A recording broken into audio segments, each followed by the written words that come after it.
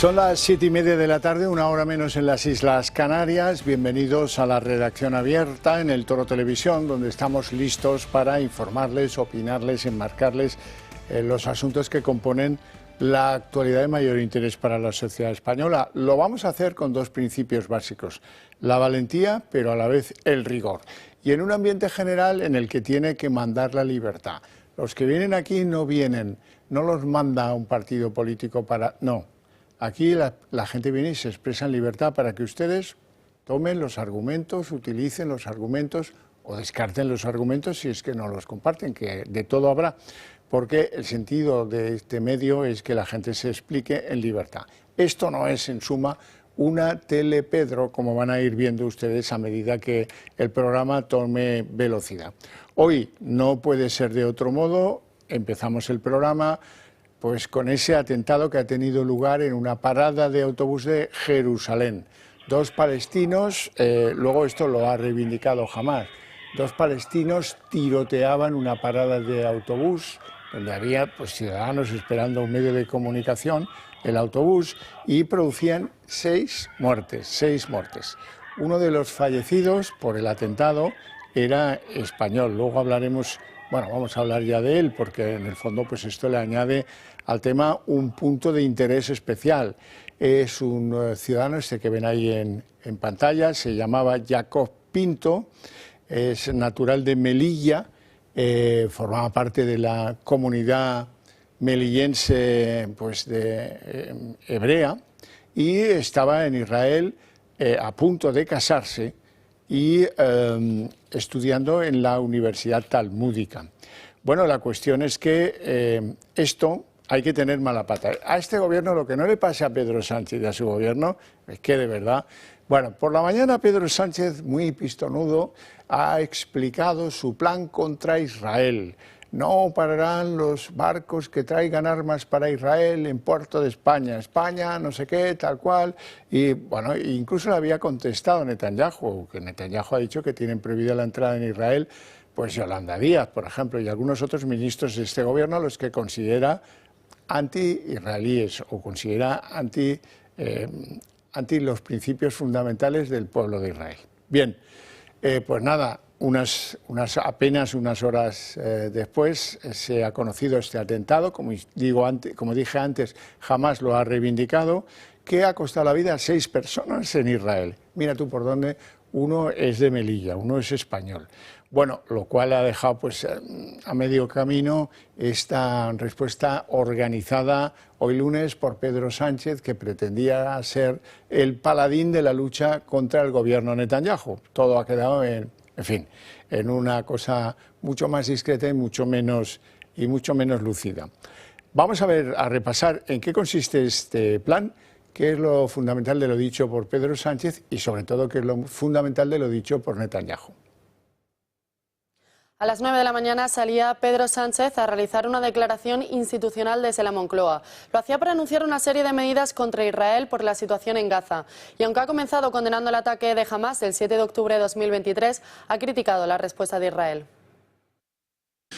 Lo que el primer ministro Netanyahu presentó en octubre de 2023 como una operación militar de respuesta a los atroces atentados terroristas de Hamás ha acabado convirtiéndose en una nueva oleada de ocupaciones ilegales, en un ataque injustificable contra la población civil palestina.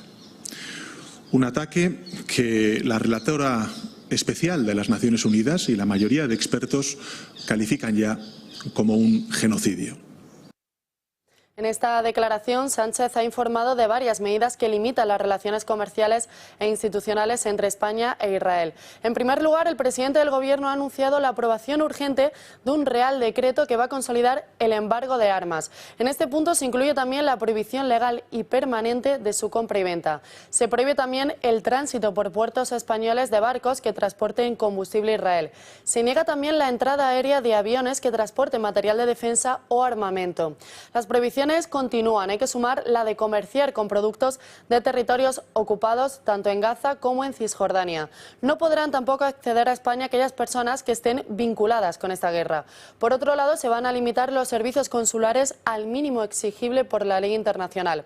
El Ejecutivo va a reforzar también el apoyo a Palestina. Esto se va a hacer mediante el aumento de efectivos militares en la operación europea desplegada en Rafah y apoyando proyectos de agricultura, seguridad alimentaria y asistencia médica.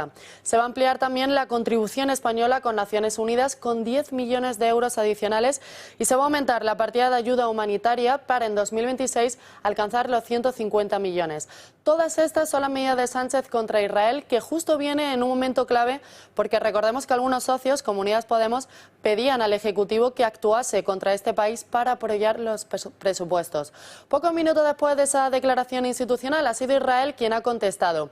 Han acusado al gobierno de España de ser antisemita y corrupto y ha prohibido, atención, la entrada a la vicepresidenta segunda y ministra de Trabajo, Yolanda Díaz, y a la ministra de Juventud, Sira Rego. Bueno, pues así las cosas es cuando llegaba el atentado y cuando se conocía en España el fallecimiento de este español de origen sefardí, de Melilla, y que estaba estudiando en la Universidad Talmúdica. Bueno, ¿cómo deja esto las cosas en el panorama internacional? Las relaciones políticas entre Israel y España están no dañadas, dañadísimas. Bueno, pues de todo eso quiero hablar con don Gustavo de Arístegui, que es diplomático y que es especialista en relaciones internacionales. Muy buenas tardes. Lo primero, agradecerle su presencia en el programa. Es un placer estar con vosotros como siempre. Muy bien, don Gustavo. Vamos a ver. Esto puede leerse en política interior española, tratar de contentar a Podemos con esta declaración, pero el plan se le ha descuajeringado por el atentado. Estamos de acuerdo en eso, ¿no? Sin duda, el atentado es un elemento completamente perturbador, es terrible. Además, esto no hace más que demostrar que el terrorismo está siempre presente y que jamás no ha sido derrotado.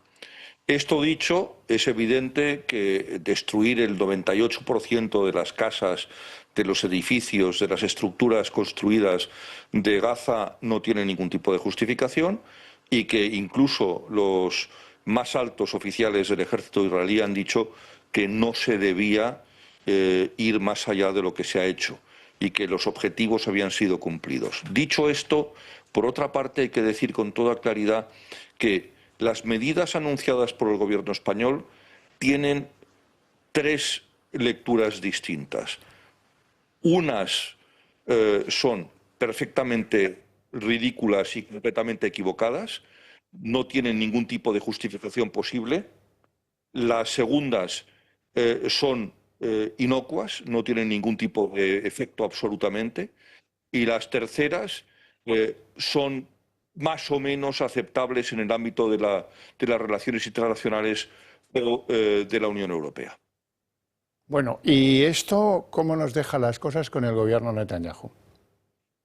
Es que yo creo que hay que diferenciar muy claramente Israel del gobierno de Netanyahu. Israel es una cosa mucho más importante, mucho más trascendente, mucho más,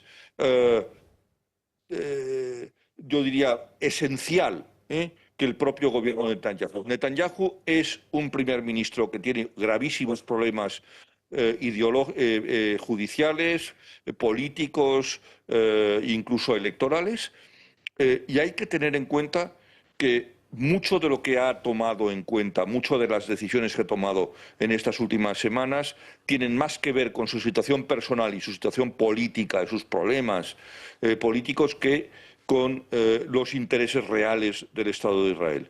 No hay que olvidar que en las encuestas hay casi un 70% de la población israelí que se manifiesta contraria al gobierno de Netanyahu, y que hay manifestaciones muy importantes en todas las ciudades más significativas y más pobladas del Estado de Israel prácticamente todas las semanas. En consecuencia, desde Europa, desde Occidente, sin leerle ninguna gracia, sin estar en absoluto de acuerdo con lo que mueve al gobierno de España, que tiene unos intereses completamente espurios para hacer lo que ha hecho y para anunciar unas medidas, unas redundantes, otras perfectamente inútiles y otras que están ya adoptadas por la comunidad internacional, solo para tratar de ganar electoralmente algunos votos en el ámbito nacional en la extrema izquierda, me parece que es por lo menos moralmente reprochable. Sí, sí, porque vamos a ver, el gobierno de España se ha caracterizado, si se ha caracterizado en algo, da la sensación de que para Pedro Sánchez pagar en monedas anti Netanyahu o anti Israel, pues ya le viene bien, porque esto aúna pues todo el horizonte de partidos de extrema izquierda que lo apoyan, y fue el primero que en un viaje a Gaza pues pasó de condenar lo que había hecho Hamás sobre el suelo de Israel. Luego sus ministros más relevantes, entre los cuales hay una hija de palestino, pues se ha hartado de utilizar el mismo eslogan que los más radicales palestinos, desde el río hasta el mar, lo recordará usted. Y luego hemos visto cómo... No solo una ministra, sí. Mi querido amigo señor Horcajo, es la vicepresidenta del Gobierno, que lo dijo la primera vez, y la otra ministra, que ni voy a hacerle el favor de mencionar su nombre después. Hay una diferencia muy sutil entre las posiciones completamente disparatadas del gobierno español, por una parte, de la parte socialista del gobierno, y las completamente pro-Hamás, y que ningún gobierno de Occidente, ninguno, da igual cuán radicales puedan ser, hayan defendido en este momento. Es decir, que no puede ser posible que la vicepresidenta del gobierno y la señora Rego esté apoyando las posiciones que Hamás ha venido manifestando como sus posiciones fundamentales a lo largo de 40 años. Dice, por cierto, el gobierno de Israel, o algunas voces próximas al gobierno de Israel, señalan que ahora los españoles van a saber cosas que ellos tienen comprobadas del gobierno de Pedro Sánchez. Se refieren tal vez a lo del famoso programa informático que ha permitido conocer alguna de las andanzas de este gobierno, tal vez se refieren a la cesión del Sáhara a Marruecos, tal vez se refieren, algunos incluso señalan que conocen alguna cosa que iba a perturbar y no poco al gobierno de España relacionada con el atentado del 11M, seguro que usted lo conoce. Bueno, la verdad es que tantos extremos como usted está manifestándome, la verdad tengo que confesar que no. Lo que sí le puedo decir es que el reconocimiento de España de la soberanía marroquí sobre el Sáhara Occidental seguro que no disgusta en absoluto a Israel, porque bien al contrario, Marruecos es un gran aliado de Israel, no lo olvide usted. En este momento la mayor minoría que hay en Israel son los judíos sefardíes de origen marroquí. Y es imposible entender lo que está pasando hoy en Israel sin entender cuál es la importancia de esa comunidad. Y por lo tanto, ese no es el tema principal, me temo, en esta cuestión. El tema de Pegasus es un tema que los propios israelíes han desmentido. Y en consecuencia pues a eso hay que atenerse si uno es un analista internacional. En todo caso creo que obedecen más a cuestiones de política interna que a cualquier otra cuestión. Bueno, el titular de Exteriores, Álvarez, le ha faltado tiempo para convocar a consultas a la embajadora española en Tel Aviv. Bueno, es que el ministro de Asuntos Exteriores de España se ha convertido en una especie de esperpento diplomático mundial y no tiene nada que ver con este asunto. Es la gestión interna que hace del Ministerio de Asuntos Exteriores, es la gestión que hace del personal, es cómo se comporta con sus subordinados. En fin, francamente creo que mucha gente llega a decir, y no sin razón, que se trata del ministro menos acertado y menos apreciado por la carrera diplomática, los funcionarios del Ministerio de Asuntos Exteriores desde que se inició la democracia española en el año 77. A mí, como diplomático, me da profunda pena, y además en este momento que yo tengo una independencia absoluta porque no pertenezco a ningún partido político y además estoy en excedencia y en consecuencia no tengo ningún tipo de temor o de deuda que pagar al ministro, ni tengo ninguna expectativa de puesto.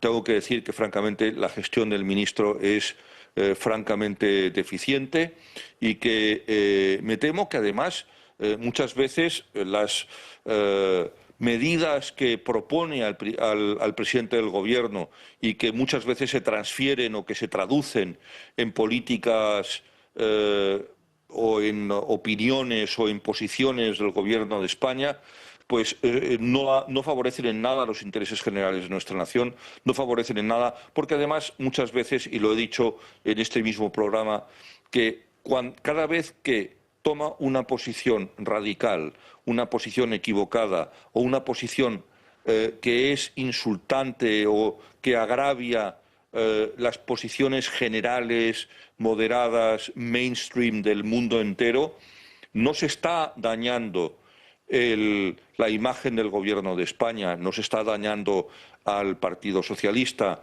no se está dañando a Sumar y a los otros miembros de la coalición de Gobierno, se está dañando la imagen, el prestigio y la credibilidad de España.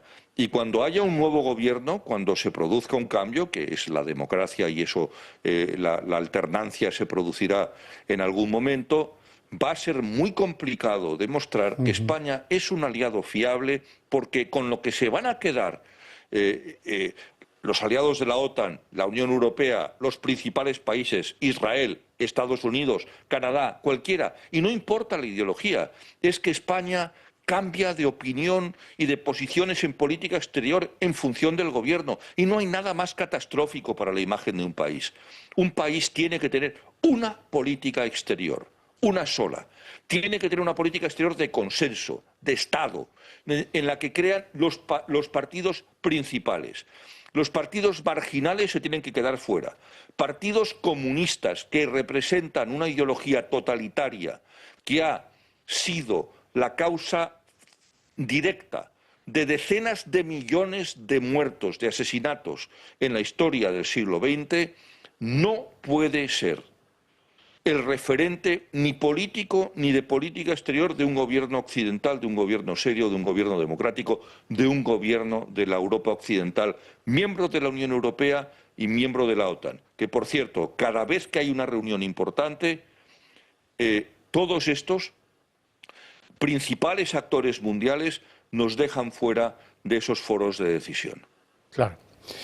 Don Gustavo de Arístegui, un placer enorme tenerte en el programa, te mando un fuerte abrazo y te deseo una feliz tarde. Un gran abrazo, muchas gracias. Bueno, tenemos que hablar a continuación de Francia, porque hoy era el día clave y los vaticinios se han cumplido. El primer ministro François Bayrou ha caído en la Asamblea Nacional, donde se sometía a una moción de confianza. ¿Qué ha pasado? Bueno, pues que de forma muy contundente la Asamblea francesa le ha dicho nones al plan que tenía diseñado, un plan de austeridad para el futuro de la República Francesa. El plan de austeridad, les recuerdo que incluía el recorte de gastos sociales por 44.000 millones de euros, la reducción inmediata del déficit público y algo que es muy difícil en Francia, por el sentido que tiene la vida empresarial y sindical francesa, que los franceses cedieran 2 días de su calendario laboral como festivos, los incorporaran al calendario laborable. Así es que ahora, ¿qué pasa en Francia? Francia está aportando una enorme inestabilidad al territorio de la Unión Europea con esta decisión que no sabemos cómo va a terminar. Es posible, lo van a intentar, tratar de que caído Bayrou y su gobierno, las mayorías que lo apoyaban, a ver si consiguen un cambio, un nuevo liderazgo, un programa político, sobre todo distinto al que planteaba Bayrou, y con eso pues aguantar hasta las elecciones. pero el problema o la amenaza de elecciones en Francia es cada vez más reciente y dado que ha sido muy apabullante el resultado contrario al sentido de la reforma propuesta por François Bayrou, pues lo más fácil es imaginar que Francia se va a abocar a un problema de elecciones. La deuda francesa está en máximos, la deuda francesa es un elemento de preocupación desde hace unos cuantos meses y desde luego pues Europa entera mira a Francia en el sentido que proponía Bayrou, de recuperar cierta ortodoxia en las cuentas públicas, de reducir el gasto público, de reducir ese recurso al endeudamiento, pero claro, este traspiés en la Asamblea Nacional no sabemos a dónde puede llevar a Francia en un futuro inmediato. Así es que este es un nuevo factor de preocupación en la economía, sobre todo de la Unión Europea, el qué va a pasar en Francia. ¿Y cómo estaba Francia económicamente? Bueno, no era la peor en Europa, pero desde luego su crecimiento estaba bastante tocado y desde luego su capacidad de endeudamiento estaba claramente sobrepasada con un déficit público que era tan llamativo como que ha merecido críticas desde los instrumentos de control europeos, que suelen meterse poco con Francia, puesto que es pues, uno de los grandes de Europa. Con Francia y con Alemania la Unión Europea se mete lo justo y con Francia ya estaban empezando a meterse. Bueno, hasta aquí ya veremos, porque habrá que ver cómo digiere esta derrota Macron, cómo digiere esta derrota el partido de Bayrou y qué candidatos podrían plantear una solución que no pasara por elecciones, que ya digo que es el peligro que muchos pretenden conjurar en Francia. Ya veremos cómo termina. Vamos a hablar de drogas, que esto sí sabemos cómo está terminando y es mal para nuestro país, porque tenemos un problema enorme. La sociedad española tiene uno de sus primeros problemas, desde mi punto de vista, en estos momentos, es la droga. ¿Y por qué? Bueno, pues porque está en todas partes, porque ha ofrecido a una parte de la juventud española en algunas regiones o en algunas autonomías la clave de decir, no, dedícate al narco en una otra consideración, lleva lanchas de goma con droga de Marruecos, acompaña la droga a los escondrijos, gánate la vida de otra manera distinta a trabajar. Eso es peligrosísimo. Yo aquí os ofrezco ejemplos diariamente de cómo en cualquier pequeña población española hay más de un, probablemente, lugar donde se cría droga, donde hay criaderos de hachís, de marihuana, en fin, trapicheo de otro tipo de drogas, incluso más caras y peligrosas, cocaína, etcétera, etcétera, químicas, tal, en cualquier ciudad española. Y este es un país en el que se blanquea mucho y en el que han decidido asentarse pues, la mayor parte de las asociaciones de narco del mundo. Todos tienen a alguien aquí que les representa y todos quieren hacer negocios aquí, todos quieren asentarse aquí y eso nos trae los negocios añadidos de la droga. Que si pues, la prostitución, que si el control de las personas, que si la amenaza, que si los vuelcos de droga que se dan unos a otros, que si las venganzas más execrables y violentas que puedan imaginar. ¿Hemos o queremos ser ese escenario? Ahora lo somos. ¿Queremos cambiar eso? Yo creo que sí. Yo creo que lo queremos cambiar mayoritariamente y eso pasa por un proceso de reflexión en lo político y que los partidos políticos empiecen a tener este argumento contra las drogas en sus programas políticos. ¿Con qué? Pues endurecimiento de penas, juzgados especiales, más medios a la Guardia Civil y a la policía y sobre todo tomar conciencia de que esto no es un delito contra la salud pública. Esto es un delito que conspira contra la sociedad española, contra sus jóvenes y contra los que ya no son tan jóvenes. Y esa es una seguridad que no queremos perder y que queremos recuperar donde se haya perdido. Por lo tanto, yo lo que hago es enseñaros ejemplos, datos, información, para que vosotros pues hagáis o lleguéis a las mismas conclusiones que llego yo, que hay que cambiar en todo esto. Hoy os traigo información según la cual Cataluña ha superado a Andalucía como puerta de entrada al narcotráfico, porque según publica El Debate, Cataluña es el nuevo paraíso para estas bandas del narco y ya se producen ahí en ese territorio más tráfico de drogas que en Andalucía, siendo claramente Andalucía pues mucho más grande que Cataluña.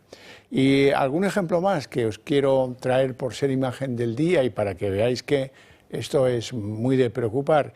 En un pueblo pequeño de Murcia, que se llama El Palmar, han detenido a los protagonistas de un punto de venta de drogas, es lo normal, nos lo cuenta un portavoz de la policía. Agentes de la Policía Nacional han procedido a la detención de 3 personas por la comisión de un delito contra la salud pública, a ser considerados los responsables de regentar un activo punto de consumo y venta de sustancias estupefacientes situado en la pedanía murciana del Palmar. Los policías que se encontraban realizando labores de prevención de hechos delictivos en dicho lugar observaron cómo a través de una ventana de un local se podría estar produciendo la venta de sustancias estupefacientes. Bueno, pues vamos a hablar de otro de los temas que ya preocupa intensamente a la sociedad española, que es el asunto de los menas. En primer lugar, que sepan todos que hay una sentencia del Tribunal Superior de Justicia de Canarias que da instrucciones sobre esto de comprobar la edad de los menas que son acogidos en territorio español. Hortaleza ha sido el último barrio en sufrir las consecuencias de una inmigración ilegal descontrolada tras la violación de una menor de 14 años por parte de un marroquí del centro de acogida. El presunto agresor contaba con múltiples antecedentes policiales, robos con violencia, agresiones. El centro de Hortaleza se encuentra saturado. Está diseñado para albergar a 35 menores. Hay más de 100. Peleas, robos, agresiones, y no solo dentro del recinto, sino creando caos por las calles del barrio. Batallas campales, motines, son el pan de cada día en el centro de acogida. Los que allí están dentro cuentan con un amplio historial delictivo. La policía acude con frecuencia. Uno de los problemas que existen es que muchos de los inmigrantes que vienen alegan ser menores de edad. Hay un fraude masivo en las pruebas de edad amenas. 20 provincias tienen altas tasas de mayoría de edad, con Sevilla, Teruel y Málaga con ratios superiores al 90%. Algo que es conocido hasta por el Tribunal Superior de Justicia de Canarias, que confirma cómo los que llegan mienten para hacerse pasar por menas. Así evitan la expulsión y acceden a la red de acogida. La cuenta de X Canario Today ha publicado una sentencia que expone a un marroquí mayor de edad que llegó en patera diciendo que era menor, y así evitar la repatriación. Las alarmas saltaron cuando solicitó autorización de residencia como menor extutelado y presentó su pasaporte, que puso de manifiesto la falsedad cometida en su edad. Era mayor de lo que dijo y la sala estimó su expulsión de España y la prohibición de entrada por un periodo de 3 años. Estos hechos se han convertido en una estrategia habitual de los inmigrantes ilegales. Las consecuencias del descontrol dejan constantes imágenes en las calles españolas. La última, una pelea en Valencia protagonizada por 3 magrebíes que acabaron detenidos acusados de un delito de allanamiento de morada tras irrumpir a patadas en un inmueble ocupado por una pareja, y también se les imputa un delito leve de lesiones. Fíjese, hasta en el librote ese, que es la memoria de la Fiscalía General del Estado, el que entregó Álvaro García Ortiz al rey y al presidente del gobierno y luego trasladó en la apertura del año judicial, incluso ahí pues se desvela que el 49,4% de los menas que se sometieron el año 2024 a pruebas médicas para verificar si eran menores de edad o no, resultaron ser adultos y no ser menores como ellos mantenían, como ellos afirmaban. Resulta que en el año 24 se practicaron 7.562 diligencias para determinar si eran menores o no eran menores algunos de los que han llegado a España. Y resulta que esas pruebas confirmaron que en casi la mitad de los casos no eran menores sino mayores de edad. Y, por lo tanto, pues 2.457 de esos menas fueron identificados como mayores. Bueno, pues esta es la situación en la que estamos, porque unos han conspirado contra el conjunto de la sociedad española para que nos encontremos de esa manera en las drogas, con los menas, con la inmigración ilegal. En fin, bueno, razones que probablemente están en el fondo de una ola política que parece que está favoreciendo al partido de Santiago Abascal, a Vox, porque crece en las encuestas. Vamos a verlo a continuación. De celebrarse hoy elecciones electorales, las encuestas no solo dejarían un cambio político en nuestro país, también señalarían a Vox como el partido con mayor crecimiento en apenas estos 2 últimos años. Comenzamos por la encuesta que publica hoy La Razón. Este sondeo daría al Partido Popular hasta 156 escaños por los 137 de 2023, mientras que el Partido Socialista caería estrepitosamente hasta 103 por los 121 actuales. Perdería cerca de 2 millones de votantes. Pero ojo con Vox, porque registra la mayor subida. Los de Santiago Abascal podrían alcanzar los 50 diputados, 17 más que los de hoy en día. Esto haría que el Partido Popular y Vox podrían llegar a superar los 200 escaños. Destaca también Sumar. Los de Yolanda Díaz apenas contarían con 8 diputados en el Congreso por los 31 que tienen en el día de hoy. El diario El País también coincide en señalar a Vox como el partido que más crecería. Hasta 5 puntos más les daría con respecto a las últimas elecciones generales. Una subida que se refleja sobre todo en los últimos 4 meses. Los de Abascal han sumado 4 puntos desde mayo. Una encuesta que, sin embargo, deja al Partido Popular en sus peores datos registrados, por debajo del 31%, 2 puntos menos que en 2023, y a un Partido Socialista tocado y prácticamente hundido. Los de Pedro Sánchez pasarían de los 31,7 a apenas 27 puntos. Ambas encuestas, las de La Razón y la del País, coinciden en que Sumar su pérdida de representación en la Cámara Baja dejaría muy mal posicionados a los de Díaz. Además, los partidos nacionalistas apenas sufrirían cambios en cuanto al número de representantes. Muchas gracias, Natalia Fernández. Vamos a hablar de la Comunidad Valenciana, porque hoy, como en muchos otros lugares, arrancaba el curso escolar y allí tenía pues una significación especial, porque arrancaba el curso en los lugares donde fue un problemón terrible, La Dana, que arrasó con buena parte de la provincia valenciana el 29 de octubre. En la llamada Zona Cero ha sido un día desigual, porque, por un lado, la ilusión de los alumnos que podían disfrutar de este logro de volver a clase en su propio municipio, y, por otro lado, estaba pues el sufrimiento de aquellos que han visto cómo su regreso a clase se ha tenido que retrasar unos días por ajustes, dicen las autoridades valencianas, en las aulas prefabricadas. Y hablándoles de danas, hay que decir que hoy hay un aviso de lluvias torrenciales en el Levante español, en el norte del Levante español, un aviso que va a ser tremendo, según dicen, a partir de las 9 de la noche en la provincia de Tarragona, donde están ya en alerta roja, donde se han cerrado antes de hora las clases para que los escolares estén en sus domicilios, y donde predicen que se van a producir lluvias del horrible tono de 90 litros por hora en metro cuadrado. Bueno, esperemos que no sea tanto, que la amenaza no sea de ese tenor, pero les mantendremos informados en cuanto lleguen, si es que tienen que llegar, malas noticias al respecto.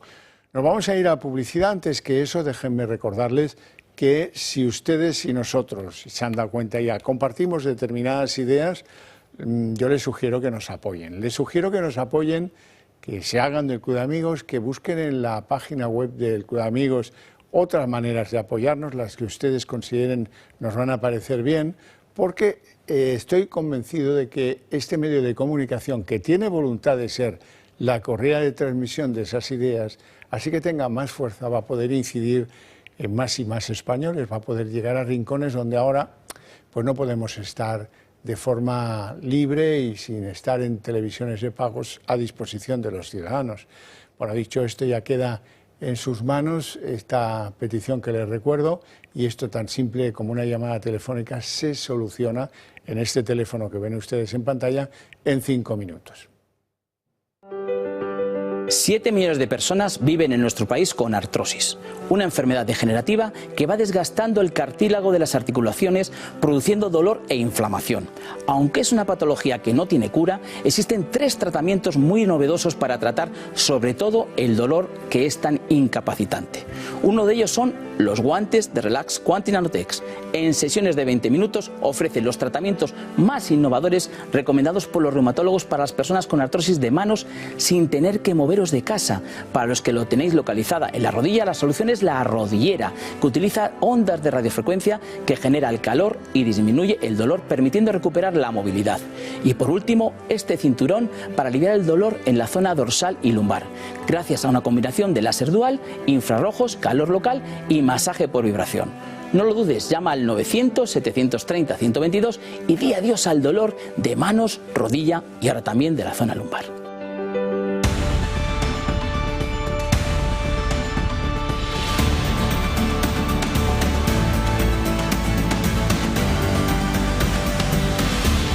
Son las 8 y 7 minutos, vamos a ir rapidito porque hoy tenemos una mesa de análisis político que es como ir a los toros. Tenemos 5 toros, y habrá que torearlos todos, que son bastante entretenidos, divertidos de torear. Lo primero, presentar a nuestros invitados. Don Julián Salcedo, muy buenas tardes. Muy buenas tardes. Doctor en Ciencias Económicas, abogado especialista en asuntos inmobiliarios, secretario del Club Liberal Español. Y don Alberto Serrano, expolítico, escritor y abogado especializado en el derecho administrativo. A ver si podemos hacer un poco divertido la tarde. Sí, yo creo que tengo morlacos muy interesantes, muy interesantes. Vamos a entrar por uno que no entra dentro de esto de los 5 morlacos prometidos del asunto de corrupción de hoy, sino que tiene que ver con la trifulca política que ha ido en un día en el que a Pedro Sánchez se le ha ocurrido, y el lunes yo cierro filas con Podemos y con Sumar porque voy a ser el líder europeo más pro-palestino. Luego ha venido el conocimiento de que un español moría en ese atentado de 2 palestinos que se ha atribuido a Hamas, y la verdad es que a partir de ahí hay que escuchar las reacciones políticas del mundo, de los partidos en España.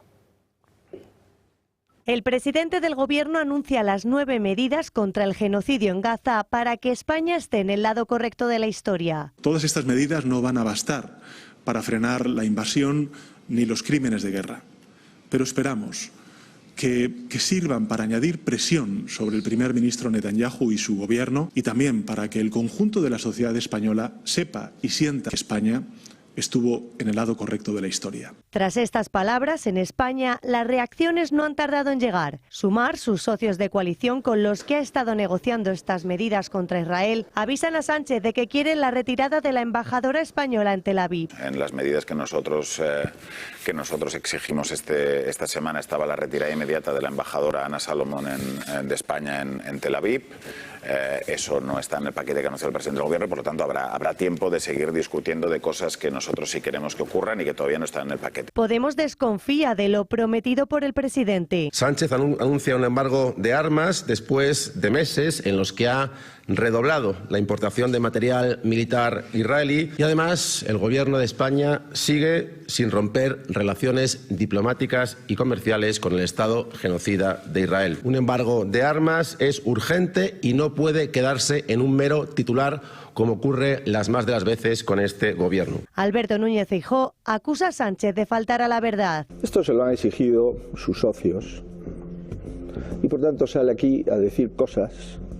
Algunas de ellas ya las ha dicho, en otras ha mentido. En España no va a comprar ningún tipo de armamento a Israel. Falso. Está faltando a la verdad. Y el presidente lo que tenía es que llevar este asunto a Europa y conseguir que todo el Consejo se pronuncie de una forma clara. Vox también se ha pronunciado. Cuestionan los lamentos del presidente. España, como saben, no tiene bombas nucleares. Abascal asegura a través de su red social X que Sánchez quisiera tener armas nucleares, pero no para defender a España, para defender a Hamas y seguramente a Maduro. El ministro de Asuntos Exteriores ha llamado a consultas a la embajadora de España en Tel Aviv ante las calumnias de Israel y el veto a Díaz y Rego.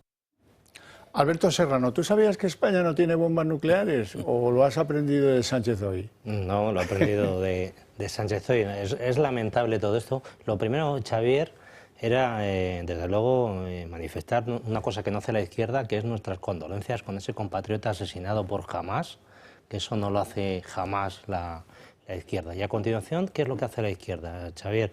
La izquierda ahora es la defensora de los derechos humanos. Estos que tienen raíz marxista, que eran estalinistas, que justificaban deportaciones, asesinatos, etcétera, y ahora resulta que les preocupan los derechos humanos, pero solo una parte del mundo. Lo que pasa con los cristianos en África, todo eso no importa. ¿Y qué se dedican? A boicotear la Vuelta Ciclista a España, ya de paso zayeren un poco la marca España, a montar esas flotillas por el Mediterráneo, absolutamente ridículas y bochornosas. Y lo último es esto de Sánchez, que es desafiar un poco no solamente al Estado de Israel, sino por detrás a los americanos, con esa chulería de amenazarles incluso con lanzarles una bomba nuclear en apoyo de la causa palestina. Yo no sé hasta dónde quiere llegar este señor, pero el ridículo internacional que estamos haciendo empieza a ser ya muy doloroso, ¿no? Julián.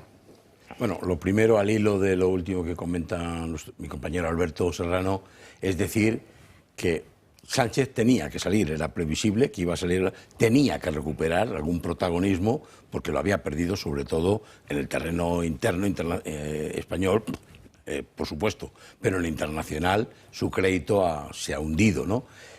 Segundo, claro, lo que todos creo que queremos que acabe cuanto antes la guerra en Gaza, que deje de morir gente en Gaza.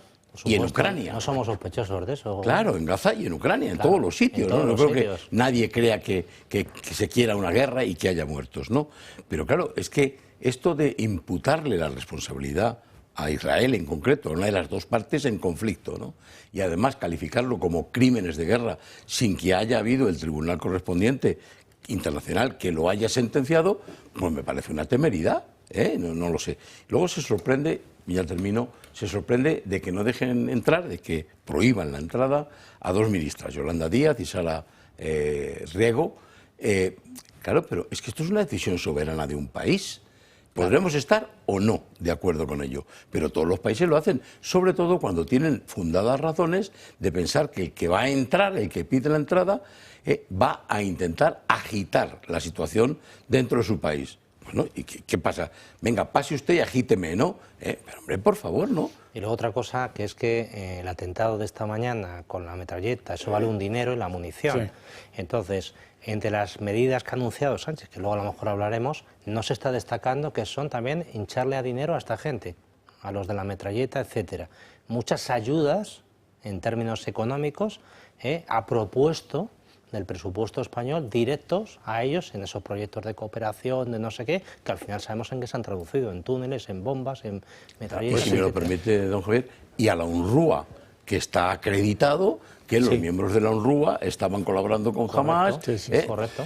Ya es mala suerte, Pedro, que te coincida el anuncio de hoy con el atentado y que encima uno de los muertos sea un conciudadano, un español más de Melilla en este caso. Bueno, vamos con el primero de los toros de esa corrida que yo prometía tan feliz, y es, por empezar con uno menor, digamos.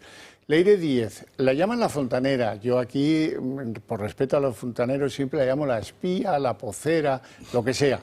Ha ido al Senado. Ya saben que lo tradicional cuando pasan estos personajes por comisiones parlamentarias es que aporten poco. Allí ha hecho alguna bravuconada.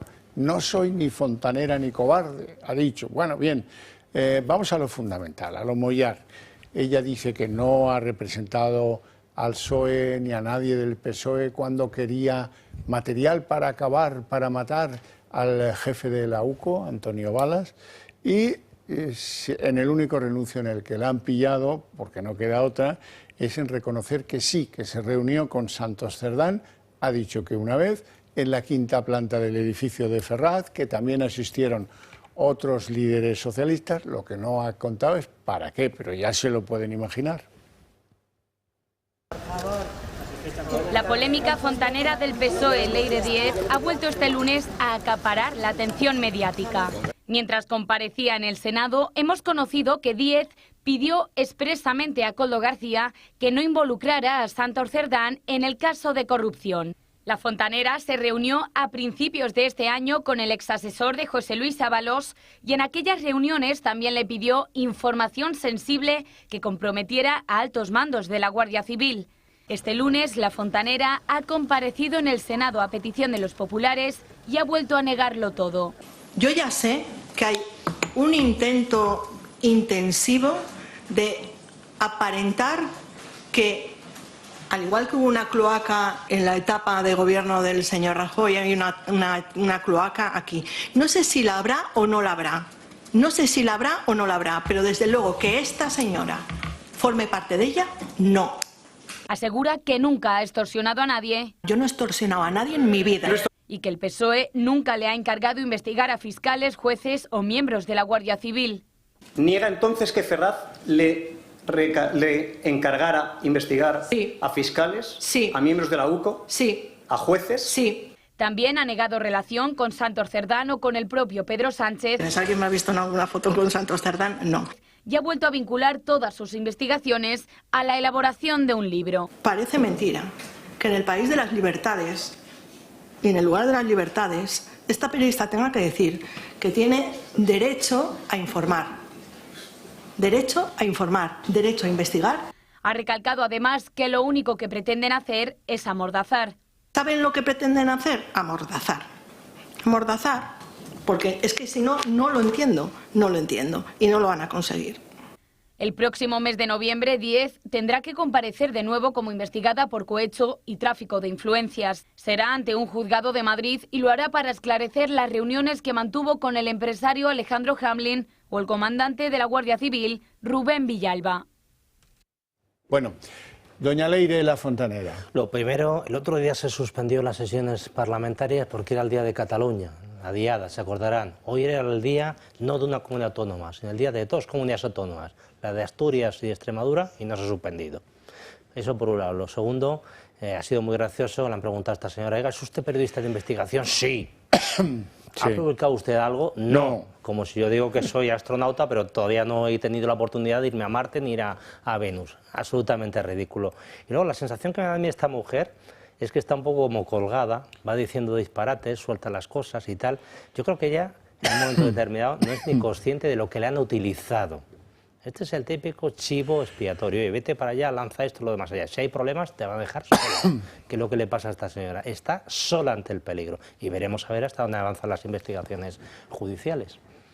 Bueno, efectivamente, muy apropiado esto que ha dicho don Javier de no denominarla pocera, ¿no? Perdón, fontanera, ¿no? Fontanera requiere una cierta cualificación, ¿no? Más bien, como mucho, desatrancadora de tuberías, ¿no? Es decir, que mete ahí se empuja y se acabó, ¿no? Bien, efectivamente. Como ella dice, perdóname, cloacas. Ah, cloacas. Ella desemboza cloacas. Bueno, pues nada, pues esta ni cloacas ni nada, tuberías como mucho ahí metiendo el gancho y a ver si se saca. Bueno, ya sabemos que las comisiones de investigación en el Senado o en el Congreso pues no sirven desgraciadamente para nada. Es más, casi le dan una oportunidad para que ella allí cuente su versión, ¿no? Para cloacas las del PP y las que tenía Rajoy y tal. Bueno, no dicen nada, ¿no? Claro, lo más curioso de todo es que ella dice, pero bueno, es que ¿dónde están las libertades, no? Se ha quejado, ¿no? Dice, es que no va a haber derecho a investigar, pero se acaba de aprobar el gobierno una ley de secretos oficiales que efectivamente el que investigue se la está jugando y entera, ¿no? Entonces, bueno, como tú has dicho muy bien, Alberto, esta es una pobre mujer que, creo yo, me parece calificada así, que la han utilizado para algo y ella pues ha dicho, ahí va, qué cosa tan importante me han dado. Una cosa que ha quedado clara, solo ante el peligro. Esta señora con este nivel personal, profesional, puro chabacanismo, ¿cuánto dinero se llevaba del erario público y por hacer qué? Este es el nivel y este es el modelo que tenemos de gobierno. Empresas públicas ahí enchufadas, ¿eh? Efectivamente. La cloaquera. La cloaquera. Bueno, nos vamos a ir a publicidad. A la vuelta vamos a tratar el segundo morlaco. El segundo morlaco es el fiscal general del Estado, porque hoy hemos conocido que en el Tribunal Supremo han nombrado ya la sala de 8 magistrados que se va a tener que prodigar con el fiscal general Álvaro García Ortiz. ¿Eso cuándo será? Pues según los cálculos que hace el propio Tribunal Supremo, en noviembre.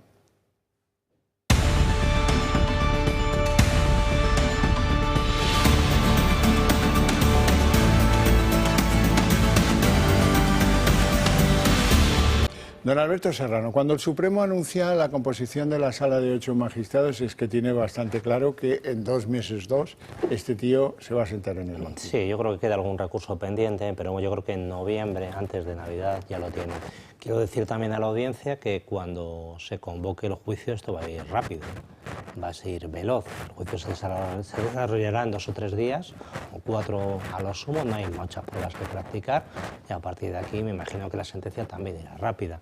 La verdad es que el instructor es una persona de mucho prestigio, tampoco es de una ideología conservadora o no está encuadrado como tal, pero es una persona de bastante prestigio y ha hecho una buena labor. ¿Cuál es lo que se están agarrando, sobre todo la defensa de García Ortiz? En que no tienen pruebas directas de aquello que se está acusando, que es el traslado de esa información reservada. Claro, evidentemente él las ha destruido, destruyendo su teléfono a sabiendas de que le estaban investigando y que eso era esencial tanto para proclamar su inocencia como su culpabilidad. Pero bueno, veremos a ver cómo se desarrolla. No tengo ningún tipo de duda que será un juicio ajustado a derecho, de acuerdo con la ley de enjuiciamiento criminal. Supongo que podrá terminar en condena por la contundencia de los argumentos del juez instructor.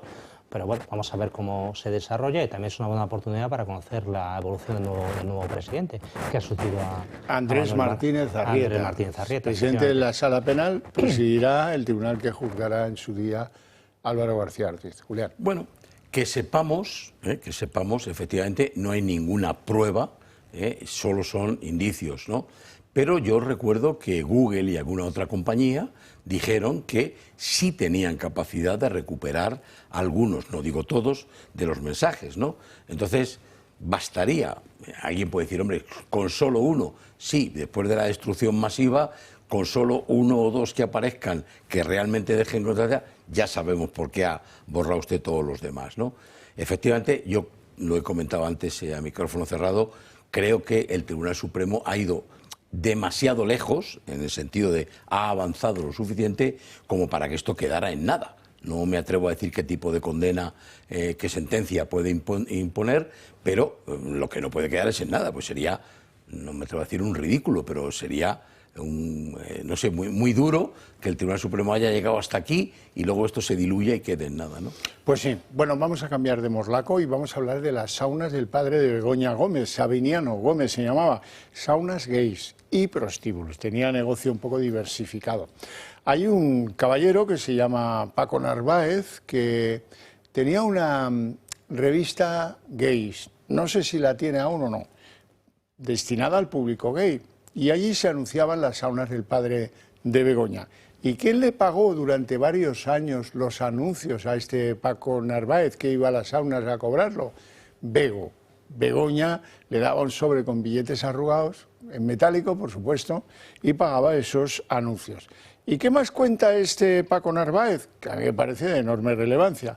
Que allí había prostitución, que alguna vez esa prostitución alcanzó a menores, eso da fe, y que allí pues había drogas y que allí se grababa algún cliente de interés, alguna persona importante que iba a contratar servicios a las saunas gays, pues también era grabado. ¿Con qué propósito? Eso no lo aclara. Vamos a ver esto en qué involucra a Pedro Sánchez, que ya estaba con Begoña, que ya era el novio de Begoña y creo que también el marido al final de este periplo de Begoña, la pagadora de los anuncios.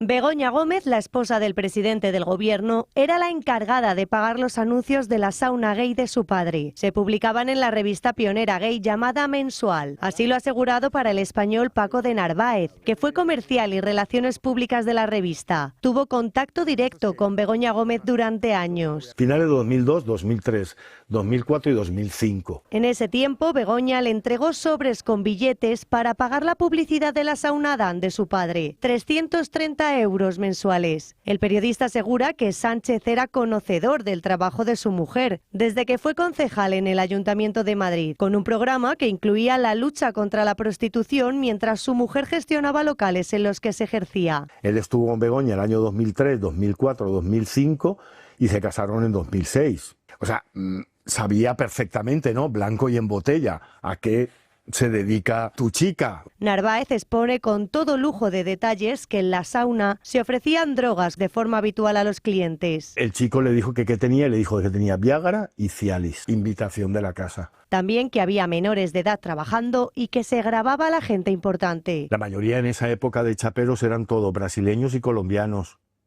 Era la mayoría. Había menores de edad. Dice, no, cuando viene aquí gente importante y cual, yo sé que aquí graban.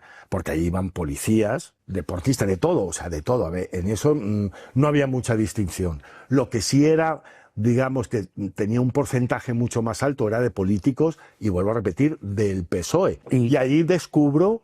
Digo, ¿cómo así? Dice, sí, cuando viene gente importante, yo sé que aquí se graba, pero... Asegura que Begoña Gómez también conocía lo que sucedía dentro de la sauna. Sabría lo que hacían en ese recinto, ¿no? Sabría los negocios del padre. Es que el padre no tenía otros negocios. Todo su patrimonio que hizo posteriormente salen de esos negocios. Desde la oposición critican la hipocresía de Sánchez al intentar abolir la prostitución cuando se lucró de los negocios de su suegro. Buena parte del patrimonio familiar que usted tiene viene de ingresos producidos por el abominable negocio de la prostitución.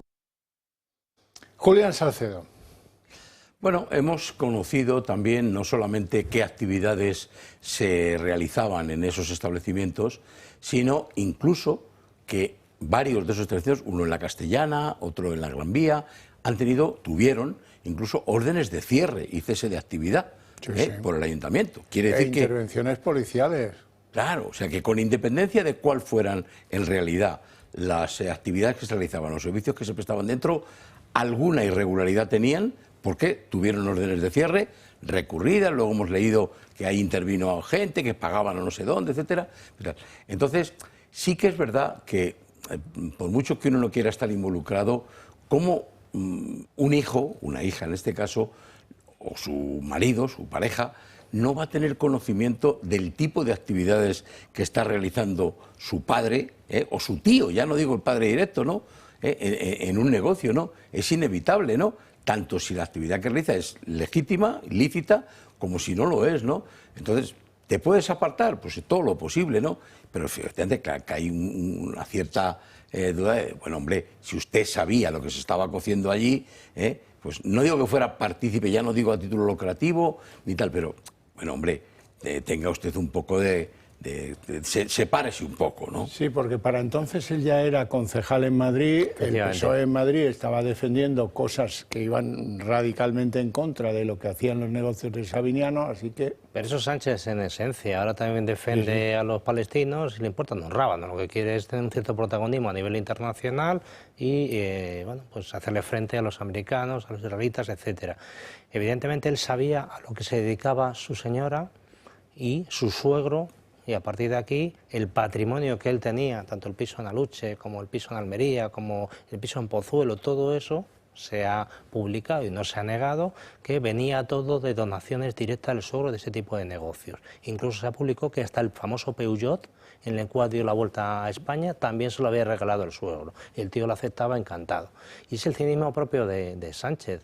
Por un lado dice una cosa y luego se beneficia todo lo posible de otra serie de circunstancias. Yo creo que los españoles tienen que tener claro, en mi opinión, o tendrían que tener claro, que no se puede poner de presidente del gobierno a un señor con esa doble vida, en mi opinión. Hay que poner a gente pues un poco más recta, más transparente, con un tipo de familia, un modelo, un tipo que sea, convencido de sus creencias, etcétera. Yo soy, vamos a poner, homosexual, y lo defiendo, lo mantengo, lo sostengo y tengo este modelo de vida. Perfecto, quien quiera que me vote, quien no quiera que no me vote. Sin embargo, este señor pues dice una cosa, hace lo contrario, cambia de opinión y no es un hombre de fiar. Así nos tiene tomados el pelo a todos, al que más, al señor Puigdemont. Él lo ha dicho muy claro, ¿no? En sus intervenciones, hacer de la necesidad virtud. Pues ya está todo dicho, vale todo. Bueno, vamos a cambiar de morlaco. Vamos con el morlaco Ábalos, o mejor con su mujer, con la que ha sido su mujer 20 años, ¿verdad? Esta señora está que tiene muchas ganas de salir y contar. Esta es la que dijo que le había pedido perdón a sus hijos por haberles puesto ese padre que no tenían ninguna culpa. Bueno, ¿qué ha contado esta señora? Pues de lo relevante, ha dicho cosas tremendas de Ábalos y tal, lo relevante. que ella personalmente fue la que puso en conocimiento del Partido Socialista, en concreto de Adriana Lastra, que era una mandamás hace un tiempo, ahora es la delegada del gobierno en Asturias, pero en ese tiempo mandaba muchísimo, y a otras mujeres del PSOE, por cierto, dice que en una fiesta de Halloween le puso en conocimiento su drama, su calvario con un marido putañero, por decirlo lo más amable que sé. Bien, que sabe, dice esta señora, que Lastra y sus amigas fueron con este cuento a Carmen Calvo, la gran feminista del PSOE, ¿verdad? Y que ella cree que Carmen Calvo informó de todo esto a Sánchez. Y más interesante todavía, dice que Iván Redondo se personó un día en la casa compartida por Ábalos y por la señora esta, y que tuvo un encuentro con Ábalos, del cual Ábalos pues luego salió echando fuego por la boca, porque le dijo Iván Redondo que el presidente conocía perfectamente sus andanzas con sobrinas. Y luego pues se lo reprochó a la que entonces era su mujer, el propio Ábalos. Véanlo. A José Luis Ábalos se le acumulan los problemas. Su mujer, Carolina Perles, ha hablado justo en un momento en el que el exministro se encuentra en el punto de mira por su implicación en el caso Koldo. Las relaciones extramatrimoniales del exministro y las decenas de fotos que almacenaba en su ordenador de mujeres semidesnudas fue la gota que colmó el vaso para que su exmujer la llevara a alertar al PSOE de la vida extramatrimonial de Ábalos. Según Carolina, el partido lo sabía todo, ya que ella misma alertó al sector feminista del PSOE en noviembre de 2020. Pues a Adriana y a Maritza, que estaban allí conmigo, les traslado toda mi inquietud y todo por lo que estaba pasando. Adriana Lastra, la vicesecretaria general del partido, y a Maritza Ruiz Mateos, la directora de comunicación del PSOE. Perles detalla también que llegó a echar a Koldo García de su casa porque el que fuera asesor de Ábalos quería saber todo lo que sucediera dentro del domicilio y del matrimonio. Pues mi relación con Koldo García Izaguirre era pues muy complicada, porque en un principio él vino muy afable, pero luego se convirtió en una relación a tres. Hay un momento que tú le prohíbes la entrada a tu casa, a la residencia oficial del ministro. ¿Por qué? ¿Qué ocurre? Eso sucede porque una empleada que empieza a trabajar con nosotros me dice que le ha cogido el señor Koldo, la ha sacado fuera del domicilio y le ha dicho que de todo lo que tiene, o sea, de todo lo que suceda en el domicilio, él tiene que ser conocedor. En esta entrevista detalla la exmujer de Ábalos que fue Carmen Calvo la que avisó a Pedro Sánchez de las relaciones extramatrimoniales que tenía José Luis Ábalos. También que fue el exasesor presidencial Iván Redondo el que se presentó en el domicilio del matrimonio en Valencia para avisar al entonces ministro de Transportes de que el presidente lo sabía todo. Una reunión que tuvo lugar tan solo 2 meses antes de la destitución de José Luis Ábalos. Iván Redondo llegó a nuestro domicilio y se entrevistó con José Luis, se reunieron en su despacho. Yo no sé si le dijo que le iban a cesar, realmente no estuve en la conversación que ellos tuvieron y no creo que se lo dijera porque es más, o sea, José no lo sabía, no se lo esperaba que le fueran a cesar. Lo que sí que sé que le trasladó es que había llegado a oídos del presidente que de sus relaciones. Y estas declaraciones que Carolina Perles concede a The Objective las conocemos tan solo horas antes de que se emita en Telecinco El precio de la corrupción, una entrevista exclusiva y muy esperada de Carolina Perles que el propio exministro ha tratado de reventar pidiendo al juez su suspensión. Sin embargo, un juzgado de Madrid ha rechazado frenar su emisión. Muchas gracias, Gloria Sacristán. Bueno, Julián. Bueno, claro, estas declaraciones son de su ex esposa, podrá tener el resentimiento que quiera tener, que lo tendríamos cualquiera con nuestra pareja después de lo que esta mujer, esta señora, ha vivido, Pero lo que sí que deja claramente de manifiesto es que el Partido Socialista, además de otros altos cargos del gobierno, como era Iván Redondo, aunque no estuviera en el gobierno propiamente dicho, no era ministro, pero efectivamente tenía unas responsabilidades muy altas allí en Moncloa, esto lo conocían perfectamente. Luego, por tanto, el PSOE no puede ahora alegar, no supimos nada, le cesamos porque no hacía bien su trabajo, lo que quieran decir. No, ustedes le cesaron pues sabían lo que estaba ocurriendo, ¿no? Y claro, detrás de la actitud que tenía, ya no me atrevo a decir presuntamente, lo dice su señora, José Luis Ábalos, es que esto ya tiene unos tintes raritos, ¿no? Esos cientos o miles, no sé cuánto, de carpetas que tenía almacenadas en su ordenador, que oye, cada uno es muy libre de vivir la vida como quiera, ¿no?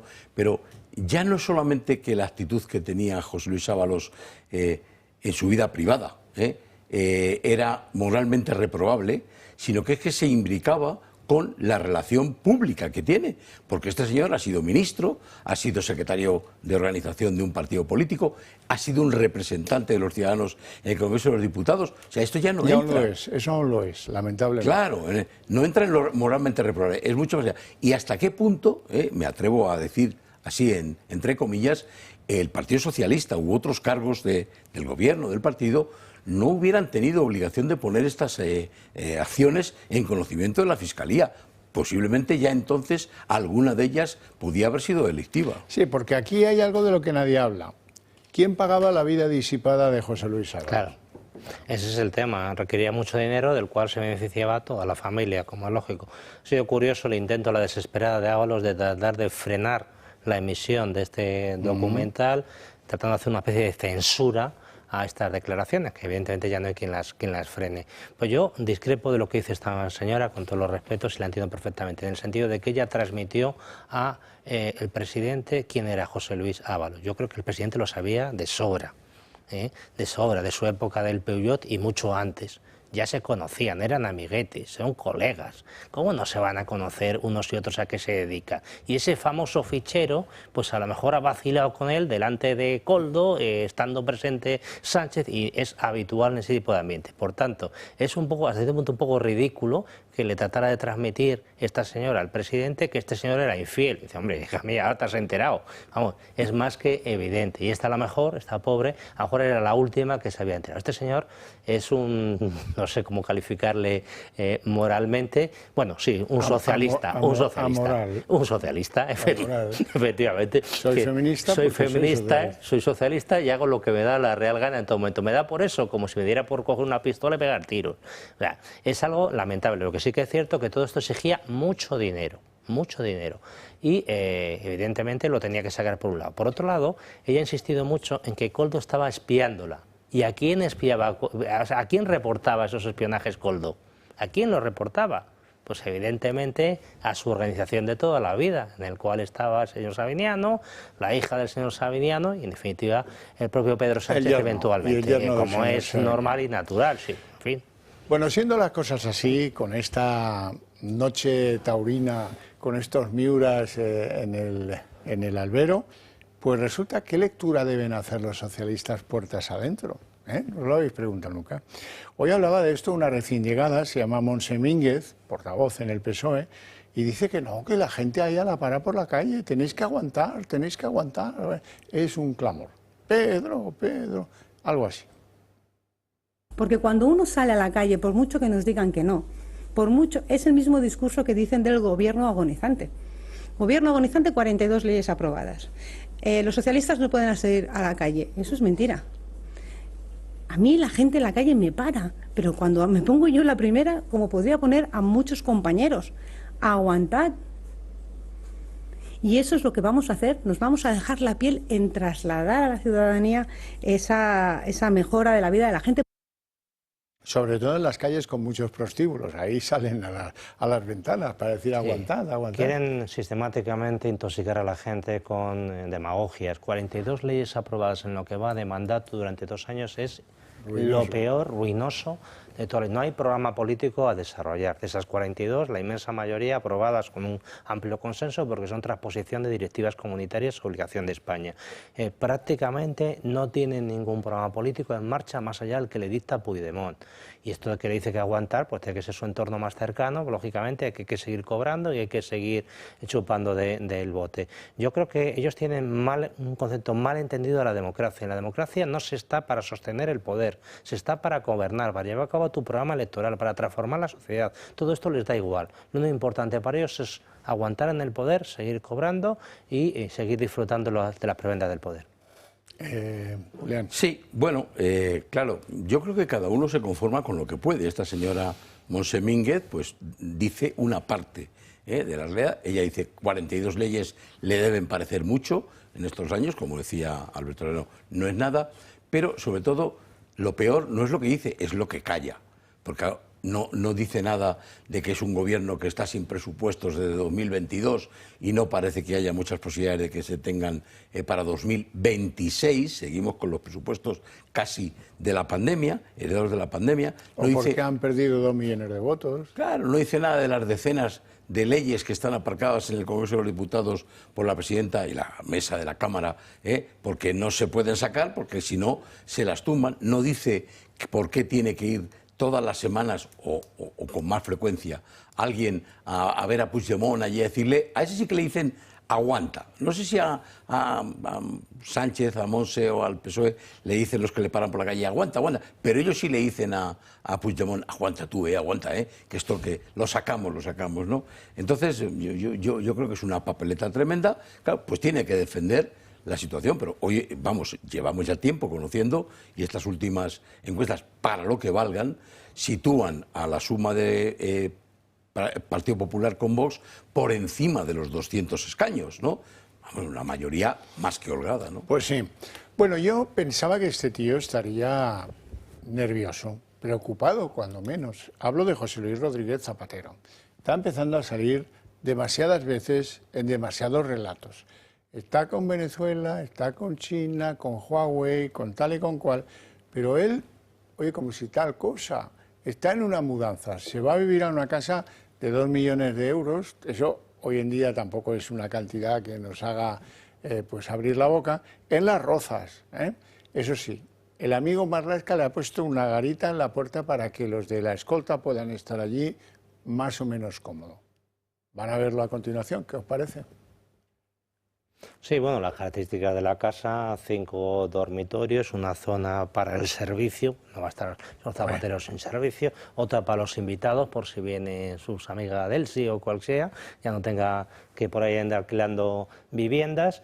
Y bueno, pues todo ese dinero, ¿de dónde viene? Pues es evidente que viene de sus negocios como lobista. Este es un señor, es un lobista a nivel internacional, se junta con lo peor. Le falta Corea del Norte, que cualquier día la incorpora ante su cartera de clientes y está por ahí rapiñando. A mí, yo siempre lo vengo comentando, a mí me parece lícito que un expresidente tenga negocios y se dedica a lo que le dé la real gana, legal, no legal, ya rendirá cuentas ante quien corresponda. Pero yo un señor que se anda arrastrando de esa manera, con ese tipo de regímenes, ese tipo de dictaduras, yo le retiraría todo tipo de prebendas como expresidente, porque es una auténtica vergüenza que ese señor pueda comparecer en un acto oficial como expresidente y presentarse como tal, un señor que está al servicio en estos momentos de regímenes que están machacando los derechos humanos, tanto que les preocupan y van en flotillas, etcétera. Pues, oye, no tienen que ir tan lejos. En Venezuela, ¿qué es lo que está pasando todos los días? En China, ¿qué está pasando todos los días? Pues son los aliados de este señor. Pues ya podría empezar por ahí. Y veremos a ver cómo termina lo de Estados Unidos. Julián. ¿Qué estará pensando y qué diría Pablo Iglesias, que el pobrecito, lo que tenían los vigilantes, la policía que tenía, no tenía ni tan siquiera unos urinarios prefabricados, es decir, y a este le ponen una garita allí, pues para que duerman incluso, ¿no? Como si fueran vigilantes tal. Bueno, efectivamente, yo creo que en términos, abstrayéndonos de la persona y de sus actividades, la figura de un expresidente de gobierno tiene un cargo, digamos, institucional de por vida que hay que respetar y que tiene que tener una serie de cobertura, de seguridad a la que fuera. Pero lo que no tiene, efectivamente, justificación, aunque estamos esperando que algún día nos diga qué es lo que hace en Venezuela. Porque hasta ahora lo único que sabemos que él dice es que hace allí de mediador para sacar gente que si no estaría en la cárcel en Venezuela, o qué es lo que hace con China. Pues China no necesita nada. China es más transparente que José Luis Rodríguez Zapatero. Se acaban de reunir allí en China, en Beijing, Putin, el presidente de Mongolia y Xi Jinping. Y, digamos, transparencia absoluta, ¿no? Y ninguno de nosotros sabemos lo que están haciendo nuestro presidente y otras autoridades en China. Alberto, pensando en ti, he seleccionado un total de una intervención de Javier Ortega Smith, el de Vox en la Asamblea de Madrid, a propósito de algo que te suena. Y hablemos de atracos, el tasazo, ese con el que intenta echar balones fuera diciendo que es cosa de Sánchez, pero que en la normativa han aprobado claramente como un IBI 2.0, que en modo alguno incentiva el reciclaje, que es a lo único que exigía la Unión Europea. Exigir, incentivar el reciclaje es una maquinaria más de recaudación, la friolera de 300 millones de euros al año. Por eso, desde esta tribuna, aprovecho este debate en nombre del Grupo Municipal para anunciar que hoy mismo queda formalizada nuestra demanda contra este tasazo. La tasa de basuras en Madrid, ¿es un atraco? Bueno, es una exigencia de la Ley de Economía Circular, que es una ley del año 2022. Esto es lo que llamamos tradicionalmente la tasa de basuras, existe en muchos sitios, en Madrid pues nunca la hemos tenido, y hay que ver la manera que tiene confeccionada. Yo creo que la manera que está hablando Ortega Smith puede llevar razón en el sentido de que esto no puede ser un impuesto más, tiene que ser una tasa muy bien configurada, de tal manera que asuman el coste aquellos que generan esos residuos, estos desechos. Entonces, si está mal configurada por el ayuntamiento, que no sería la primera norma, que si configura mal, pues si lo ven claro, pues adelante, me parecería como madrileño encantado de que se impugne, que se acepte en su caso la cautelar y que se extime. Yo creo que le están actuando con cierta ligereza el Ayuntamiento de Madrid en la aprobación de rentas, ya son varias las que han anuladas, y esta no se trata de cobrarnos a todos una tasa de basura, se trata de, lógicamente, que el que genera reciclaje que lo pague. Dice muy bien don Alberto, es que una tasa, alguien puede pensar que es un impuesto, pero no es un impuesto. Una tasa es el coste para sufragar la prestación de un servicio. Exacto. Entonces... Bueno, pues ya veremos en qué queda, porque Almeida, con lo de Madrid Central, pues lleva varias medio Almeida. mal. Esta podría ser una bastante gorda. En fin, no tenemos tiempo para más, si acaso para que lo dejemos aquí, para que yo despida a mis dos invitados, agradeciéndoles mucho su participación en el programa, sus opiniones fundamentalmente, y a ustedes su paciencia e interés. Eso sí, para ustedes tengo premio, porque a la vuelta de publicidad empezamos el día en 30 minutos.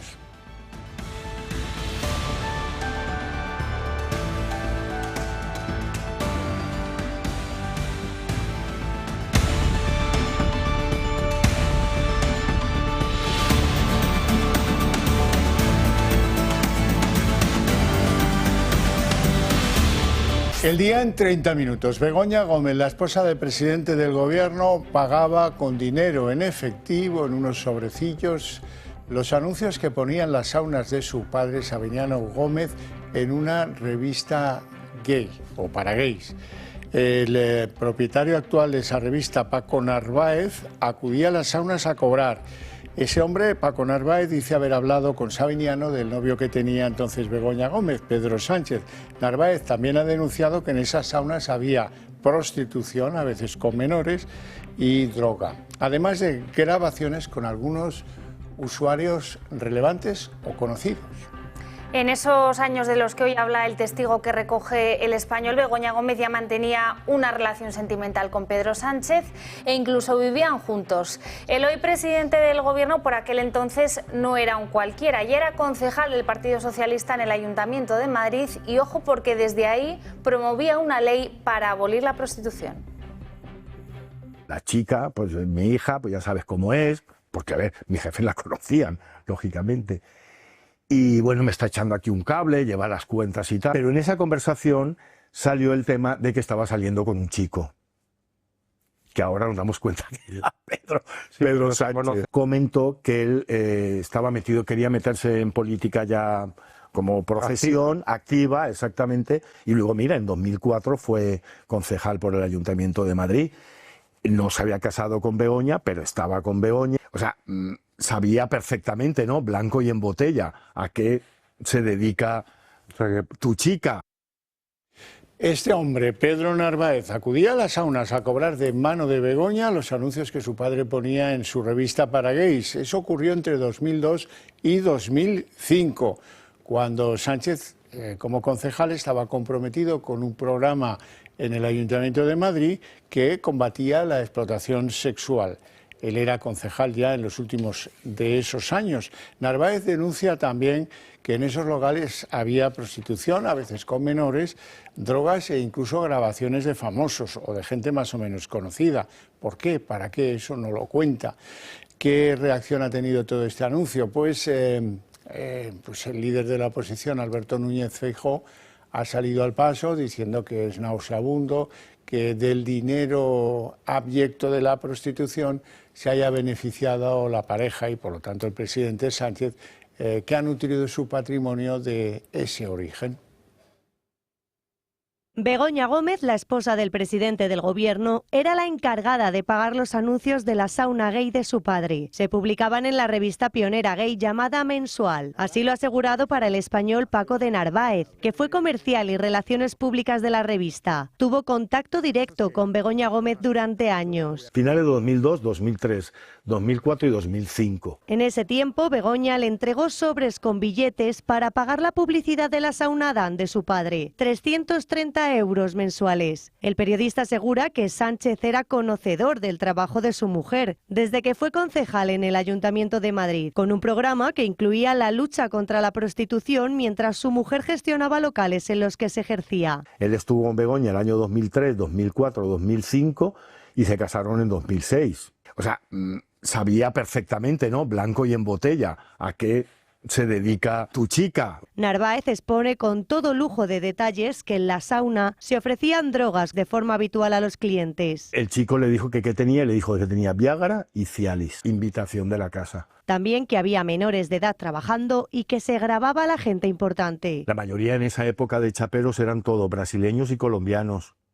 Era la mayoría, la mayoría.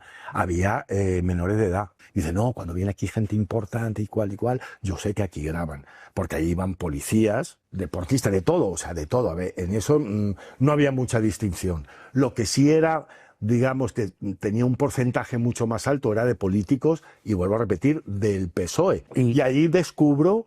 Digo, ¿cómo así? Dice, sí, cuando viene gente importante, yo sé que aquí se graba, pero... Asegura que Begoña Gómez también conocía lo que sucedía dentro de la sauna. Sabría lo que hacían en ese recinto, ¿no? Sabría los negocios del padre. Es que el padre no tenía otros negocios. Todo su patrimonio que hizo posteriormente salen de esos negocios. Desde la oposición critican la hipocresía de Sánchez al intentar abolir la prostitución cuando se lucró de los negocios de su suegro. Buena parte del patrimonio familiar que usted tiene viene de ingresos producidos por el abominable negocio de la prostitución. En el Tribunal Supremo. Ahora hablaremos del Tribunal Supremo. Tenemos que hablar antes de esa declaración de Leire Díez hoy en el Senado, en el que la presunta fontanera del Partido Socialista no ha modificado ni un ápice su discurso. Allí ha vuelto a insistir en que nunca trabajó para el Partido Socialista, sí lo hizo para escribir un libro con el objetivo de proteger el Estado de Derecho. La exmilitante socialista asimismo ha puesto a los periodistas que investigan casos de corrupción en la diana porque dicen parten de informaciones manipuladas que luego dan lugar a procesos judiciales contaminados. Díez, asimismo, niega encuentros con Koldo, de los que hoy se hace eco El Mundo, y insiste en que no tiene ningún vínculo con Santos Cerdán. La polémica fontanera del PSOE, Leire Díez, ha vuelto este lunes a acaparar la atención mediática. Mientras comparecía en el Senado, hemos conocido que Díez pidió expresamente a Koldo García que no involucrara a Santos Cerdán en el caso de corrupción. La fontanera se reunió a principios de este año con el exasesor de José Luis Ábalos y en aquellas reuniones también le pidió información sensible que comprometiera a altos mandos de la Guardia Civil. Este lunes la fontanera ha comparecido en el Senado a petición de los populares y ha vuelto a negarlo todo. Yo ya sé que hay un intento intensivo de aparentar que Al igual que hubo una cloaca en la etapa de gobierno del señor Rajoy, hay una cloaca aquí. No sé si la habrá o no la habrá. No sé si la habrá o no la habrá, pero desde luego que esta señora forme parte de ella, no. Asegura que nunca ha extorsionado a nadie. Yo no he extorsionado a nadie en mi vida. Y que el PSOE nunca le ha encargado investigar a fiscales, jueces o miembros de la Guardia Civil. Niega entonces que Ferraz le encargara investigar a fiscales, a miembros de la UCO, a jueces. Lo que sí ha admitido ha sido haberse reunido con Cerdán en varias ocasiones, una de ellas en la quinta planta de Ferraz en abril del año pasado. Ya habíamos dicho que habíamos estado previamente otras dos personas en la sede de Ferraz y que habíamos estado viendo unos cuantos documentos, eso lo hemos dicho públicamente. Y ha vuelto a vincular todas sus investigaciones a la elaboración de un libro. Parece mentira que en el país de las libertades y en el lugar de las libertades esta periodista tenga que decir que tiene derecho a informar, derecho a investigar. El próximo mes de noviembre, Díez tendrá que comparecer de nuevo como investigada por cohecho y tráfico de influencias. Será ante un juzgado de Madrid y lo hará para esclarecer las reuniones que mantuvo con el empresario Alejandro Hamlin o el comandante de la Guardia Civil, Rubén Villalba. Y ahora sí, nos vamos al Tribunal Supremo, donde parece que ya está bastante claro cómo van a hacer la cosa cuando llegue el momento de abrir un juicio oral al fiscal general del Estado, Álvaro García Ortiz. El tribunal estará compuesto por 7 magistrados, lo va a presidir el que actualmente es el presidente de la Sala Penal, Andrés Martínez Arrieta. En él va a estar entre los destacados o conocidos el que antes era presidente de la Sala Penal, Manuel Marchena, y cuando se va a producir el bastante previsible enjuiciamiento de Álvaro García Ortiz, pues noviembre es el cálculo que hacen. Quedan algunos recursos por resolver, pero ese es el plan que en principio se está desarrollando en el Tribunal Supremo. Primeros fragmentos de lo que es la corrupción del sanchismo que van a marcar la temporada de otoño. En primer lugar, el Supremo, como les hemos contado, que tiene prevista la vista oral para el fiscal general del Estado, Álvaro García Ortiz. Sentarle en el banquillo por presunta revelación de secretos va a ser previsiblemente una realidad en noviembre. La sala está ya nombrada, tiene 7 miembros, la va a producir Andrés Martínez Arrieta y también estará allí su predecesor, Manuel Marchena. Otro escenario, el abierto por Paco Narváez, hasta hoy desconocido, el propietario de una revista para gays que ha contado al Español que las saunas de Sabiñano Gómez hacían publicidad. Se anunciaban en su revista y que él iba a las saunas a cobrar la publicidad de manos de Begoña Gómez en persona. Le pagaban unos sobrecitos en metálico y todo ello ha llevado al frío Alberto Núñez Feijóo a denunciar que parte del patrimonio de los Sánchez Gómez procede de los negocios abyectos de la prostitución. En fin, y la mujer de Ábalos, que va y se explica en los medios, a pares los medios, que ella dice que puso en conocimiento de Adriana Lastra, cuando era un cargo importantísimo en el Partido Socialista, la conducta putañera de su marido, que lo hizo en una fiesta de Halloween, menudo escenario también, y en presencia de otras relevantes dirigentes socialistas. La mujer de Ábalos afirma que luego Lastra lo puso en conocimiento de Carmen Calvo. Tiempo después dice que fue Iván Redondo el que se presentó en el domicilio de ambos en Valencia, siendo un ministro, para decirle que Sánchez estaba al corriente de sus andanzas. Y el último escenario, la espía del PSOE, Leire Díez. Esta mujer dice que reconoce haberse visto con Santos Cerdán, secretario de organización del PSOE, cuando se celebraban estos encuentros, y con otros dirigentes socialistas, en una sala de la quinta planta de Ferraz, la sede del PSOE. En fin, viene un otoño caliente. Bueno, y la derecha ya empieza a rentabilizar esta corrupción del PSOE y especialmente lo haría Vox. Dos encuestas de dos medios en extremos ideológicos hoy señalan en la misma dirección. El partido de Santiago Abascal es el que más sube. La razón da al Partido Popular 156 escaños por los 137 que obtuvo en 2023, mientras que Vox, ojo, podría alcanzar los 50 diputados, 17 más que los que tiene hoy en día. Esto haría que PP y que Vox pudieran llegar a superar los 200 escaños juntos. El País también coincide en señalar a los de Abascal como el partido que más crecería, hasta 50 puntos más, hasta 5 puntos más, disculpen, que en las últimas elecciones generales. Una subida que se refleja sobre todo en los últimos 4 meses, en los que Vox ha sumado 4 puntos desde el mes de mayo. ¿Y cuál es el perfil del votante? Vox es ya la opción favorita entre los hombres. El 22,3% de los varones escogieron su papeleta frente a la del PSOE o la del PP. Abascal también triunfa entre los jóvenes, en concreto entre los menores de 44 años, siendo su franja de mayor tirón la situada entre los 25 y los 34 años. Por comunidades, Vox ya desbanca al Partido Popular en la Comunidad Valenciana y, ojo, también en Andalucía. En ambas, los conservadores son líderes en intención de voto superior al 20% y con una ventaja de más de 4 puntos. Y el Tribunal Constitucional a la carrera empieza a estudiar cómo aplicarle la amnistía a Puigdemont sin levantar su orden de detención. El Tribunal Constitucional se dispone a admitir a trámite los recursos de los líderes del procés contra la decisión del Supremo de no aplicarles el perdón al delito de malversación. Puigdemont, saben que el recurso planteó un recurso cautelarísimo en amparo y que la decisión del Supremo sobre este recurso pues va a marcar su futuro. De momento, Puigdemont lo que ha hecho ha sido recursar a varios magistrados que no quiere que estén involucrados en la decisión de la cual va a depender su futuro. Y en plena negociación de los presupuestos, Sánchez ha cedido a una de las mayores exigencias de sus socios, dando un paso más en apoyo a Palestina.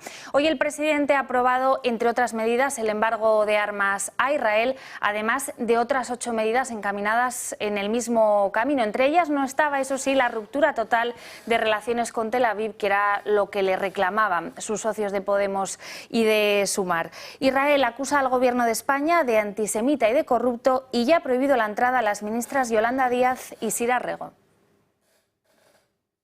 El presidente del Gobierno anuncia las 9 medidas contra el genocidio en Gaza para que España esté en el lado correcto de la historia. Todas estas medidas no van a bastar para frenar la invasión ni los crímenes de guerra, pero esperamos que sirvan para añadir presión sobre el primer ministro Netanyahu y su gobierno, y también para que el conjunto de la sociedad española sepa y sienta que España estuvo en el lado correcto de la historia. Tras estas palabras, en España, las reacciones no han tardado en llegar. Sumar, sus socios de coalición con los que ha estado negociando estas medidas contra Israel, avisan a Sánchez de que quieren la retirada de la embajadora española en Tel Aviv. En las medidas que nosotros exigimos esta semana estaba la retirada inmediata de la embajadora Ana Salomón de España en Tel Aviv.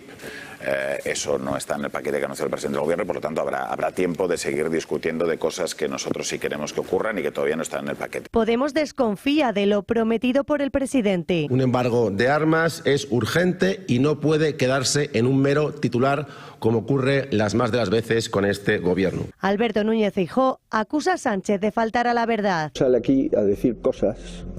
Algunas de ellas ya las ha dicho, en otras ha mentido. Que España no va a comprar ningún tipo de armamento a Israel. Falso. Está faltando a la verdad. Y el presidente lo que tenía es que llevar este asunto a Europa y conseguir que todo el Consejo se pronuncie de una forma clara. Vox también se ha pronunciado. Cuestionan los lamentos del presidente. España, como saben, no tiene bombas nucleares. Abascal asegura a través de su red social X que Sánchez quisiera tener armas nucleares, pero no para defender a España, para defender a Hamás y seguramente a Maduro. El ministro de Asuntos Exteriores ha llamado a consultas a la embajadora de España en Tel Aviv ante las calumnias de Israel y el veto a Díaz y Rego. Un atentado en una parada de autobús de Jerusalén ha causado la muerte a 6 personas, entre ellas un joven español y varios heridos graves además. Los palestinos tirotearon a los que se encontraban en la parada del autobús esperando el servicio. Las autoridades creen que los dos asaltantes que fueron abatidos procedían de Cisjordania ocupada. Hamás, poco después, reivindicaba este atentado. La víctima española ha sido identificada como Jacob Pinto, de 25 años, natural de Melilla, que estaba a punto de casarse, que residía en Israel y que estudiaba en la Universidad Talmúdica. Y no ha habido sorpresas en Francia. El primer ministro centrista, François Bayrou, ha perdido esta tarde la moción de confianza y presentará mañana su dimisión ante Emmanuel Macron tras 8 meses al frente del Ejecutivo.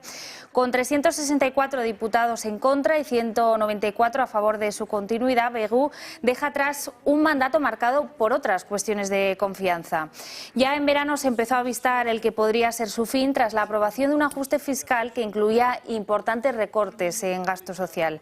La crisis política amenaza ahora con arrastrar al presidente Macron, forzado a designar al tercer primer ministro en un año y obstinado en evitar la convocatoria de elecciones anticipadas, como ya le piden tanto la extrema izquierda como el partido de Marine Le Pen.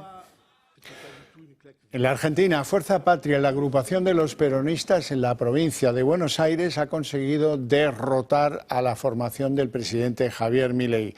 47% del resultado electoral frente al 34% obtenido por La Libertad Avanza, el partido de Milei. Sin embargo, el presidente Milei acepta la derrota, pero dice que no va a retroceder ni un milímetro en la política del gobierno. Hemos cometido errores en lo político, los vamos a internalizar, los vamos a procesar, vamos a modificar las acciones y vamos a hacer cada día mejor para tener un mejor resultado el 26 de octubre. Porque como decía Churchill, el éxito no es definitivo, el fracaso no es fatal, lo que cuenta es el coraje para continuar. Y nosotros vamos a continuar abrazando las ideas de la libertad, porque vamos a hacer grande a la Argentina nuevamente.